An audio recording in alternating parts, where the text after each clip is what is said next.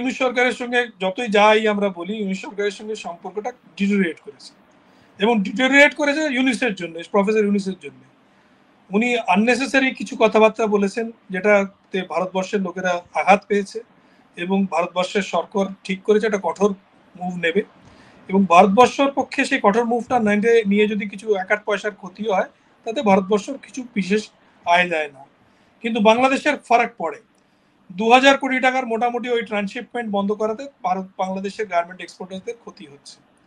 তারপরে ইয়ান নাও বন্ধ করেছে বাংলাদেশ, যেটা আমার নিজের ধারণা এটা সেলফ গোল করেছে বাংলাদেশ, কারণ যদি ভারতবর্ষের থেকে না নেয় ইয়ান, তাহলে তাকে আরো কস্টলি কোথাও থেকে নিতে হবে, চায়নার থেকে আনতে হবে, ভিয়েতনাম থেকে আনতে হবে, কারণ বাংলাদেশে ইয়ান ম্যানুফ্যাকচারিং অফ দ্যাট ক্যাপাসিটি নেই এবং থাকলে পরেও দ্যাট ইজ কস্টলি। ভারতীয় যে ইয়ানটা যেত তার থেকে অন্তত পক্ষে $1 বেশি দাম ছিল পার কিলোগ্রাম বাংলাদেশি ইয়ান। তাহলে আপনাকে ভিয়েতনাম থেকে আনতে হবে, ভিয়েতনাম থেকে আনলে পরে আপনার শিপমেন্ট কস্ট বেশি, শিপমেন্ট কস্ট বেশি হলে পরে ভিয়েতনাম যদি ভারতের থেকে সস্তাও বানায়, তাহলে পরে আপনার landed price will be higher. তো এইটা এটা সেলফ গোল করেছে বাংলাদেশ, এবং Bangladesh will become a higher cost garment manufacturer, which means Bangladesh will be less competitive compared to India, Vietnam or Cambodia. এখন কিভাবে এটাকে সলভ করবেন?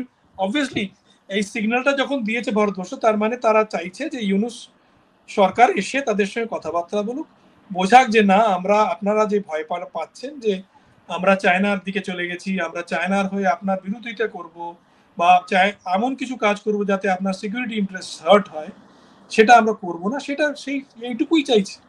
সেটা তো বাংলাদেশ করতে রাজি নয়, সেইটুকুও বলতে রাজি না। কিছু করছে না বাংলাদেশ, কিন্তু কিছু বলতেও রাজি না যে আমরা কিছু আপনাদের কোনো ক্ষতি করব না, সেটাও তো বলেনি বাংলাদেশ। এখন প্রথম ডে ওয়ান থেকে আপনি যদি নোটিস করেন, আপনাদের উপদেষ্টারা একের পর এক অ্যান্টি ইন্ডিয়ান স্টেটমেন্ট দিয়ে আসছে, বিভিন্ন রকমের স্টেটমেন্ট দিয়েছে। আমি এখন তালিকাভর্তি করতে পারবো না, আপনার কাছে নিশ্চয়ই সেগুলো আছে, আপনি ওটাকে একটা বানিয়ে দেখাতেও পারেন টেলিভিশনে যে কি কি স্টেটমেন্ট কে কে দিয়েছিল বিভিন্ন সময়। আর এটা তো শেষ হচ্ছে না, থামছে না।